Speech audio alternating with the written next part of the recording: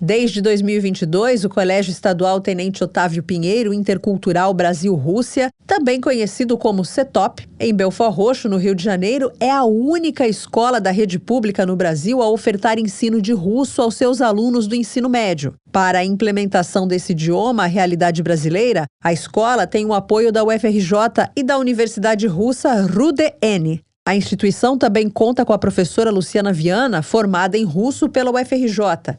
Para celebrar o Dia da Língua Russa, a Sputnik Brasil entrevistou a professora Luciana para saber mais sobre a experiência e os desafios de lecionar russo como idioma estrangeiro.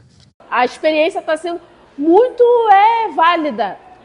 É uma coisa que eu nunca pensei que eu fosse viver como professora no estado e também com essas parceria, com todos esses ganhos que nós tivemos, a questão da parceria com a RUDN, das aulas online, o manual de língua russa produzido com português brasileiro, que era uma coisa que a gente não tinha, e é um manual, uma coisa que vai trazer um ganho não só para nós, para eu como professora, e os professores que porventura vierem trabalhar aqui no futuro, e também para os alunos, que também a gente vai poder trazer mais materiais didáticos para a nossa aula, porque como ele vai ser um material didático que vai ser não só da parte gramática, também vai ter áudio e também livros de exercício. A gente trabalhou já com Cheburashka, mas também eu já trabalhei com eles com outros desenhos, com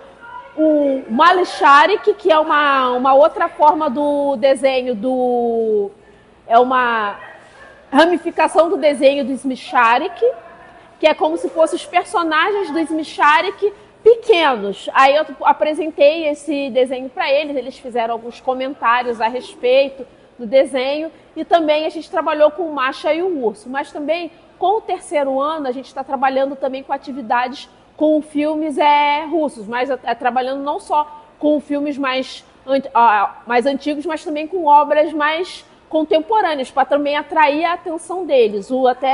A gente trabalhou com um filme chamado A Cidade de Gelo, no qual é um filme que é ambientado na virada do século XIX para XX, que fala de um grupo de batedores de carteiras que eles roubavam ali os nobres em São Petersburgo. Apesar de parecer difícil no início, o processo de aprendizagem do russo também serve como uma ponte para encurtar a distância cultural. Os jovens desenvolvem a consciência de que estudar a língua pode ser um diferencial no mercado de trabalho e têm a sua visão de mundo expandida a ponto de despertar o interesse de visitar o país e conhecer mais sobre ele. Isso dinamiza o aprendizado, que se torna divertido e dinâmico. Sei que antes eu só conhecia aqueles pontos turísticos, hoje eu já sei que a Rússia tem 11 fusos horários, aquela coisa toda, que tem lugares que faz menos 45 graus, eu fiquei boba, né? E que a Rússia é um país muito extenso e que tem um muito baixo índice de analfabetos por conta que na época da União Soviética eles fizeram meio que um intensivão de aula mesmo, então assim, o pessoal tem muito baixo índice de analfabetismo lá na Rússia. Que trabalha nessa questão da faculdade da RUDN veio aqui na escola e explicando que no terceiro ano talvez a gente receba a possibilidade de fazer a faculdade lá na Rússia, nessa faculdade. Aí se Deus quiser, né, eu vou estudar, vou me dedicar para eu conseguir possivelmente fazer, né, a faculdade lá. Porque não é todo mundo, né, que fala russo, né? Inglês é mais fácil você encontrar. Quando é uma língua mais diferente assim, eu creio que acaba se destacando, né? E ter no currículo que você sabe falar russo já é outros 500, né? Minha irmã tá aprendendo junto comigo. Minha irmã de 7 anos, tudo que eu faço ela quer fazer, né? Ela imita. Aí quando eu comecei a ficar vendo essas coisas russas, ela via comigo, aí eu ouvi comigo. Aí do jeito dela, lógico, né? Ela só tem 7 anos, mas ela tá aprendendo já também. Eu mando às vezes de dia, tipo, um dobre ultra. Aí, por exemplo, às vezes eu vou perdoar meu pai, quando eu chego do trabalho, eu caco de lá. Aí olha pra minha cara. Aí, às vezes eu também fico, minha Zavut, Ana Júlia. Aí, Kaka Vazavut, essas coisas assim, eu fico perturbando ele. Eu sempre gostei de idiomas diferentes, como coreano, essas coisas diferentes. Além do que a gente aprende normalmente, que é o inglês e o espanhol, eu gosto muito de línguas diferentes, que sejam diferentes para mim. Para mim é fácil de aprender. E eu quero ter oportunidades que eu acho que a língua russa vai me proporcionar um dia. Oportunidade de trabalho. Acho que eu moraria lá sim. Embora a minha família seja muito especial para mim e tá aqui no Brasil, eu sei que eles me apoiam a minha ida para lá. Então eu iria abertamente. Além de aprenderem as disciplinas básicas e o idioma russo, os alunos também usam a arte para desenvolver projetos criativos, tendo a Rússia como tema principal para suas criações. A gente tem um trabalho voltado, nesse segundo ano, voltado para as questões tridimensionais e bidimensionais.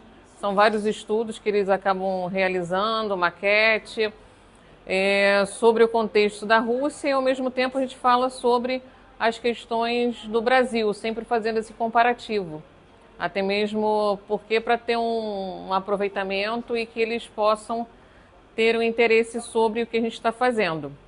Então, todas as propostas, nós temos aqui uma parte que a gente fala sobre a teoria e sobre aspectos culturais. Muitas das vezes eu adentro questões voltadas aos fazeres artísticos para que eles possam ter essa experimentação. Deixar a questão da criatividade, trabalhar a criatividade dentro do contexto, né, do ensino médio, é tão importante que acaba despertando interesses e focos de interesse que muitos não teriam parado para pensar, inclusive sobre composições musicais, né, que surgiram até mesmo sem ter o compromisso da disciplina, é algo que foi espontâneo. Então, eu acredito que trabalhar a questão da criatividade é algo que requer um pouco, né, de um olhar diferenciado, e eu acredito que dentro da cultura russa a gente consiga encontrar esse diferencial, que é uma cultura muito rica.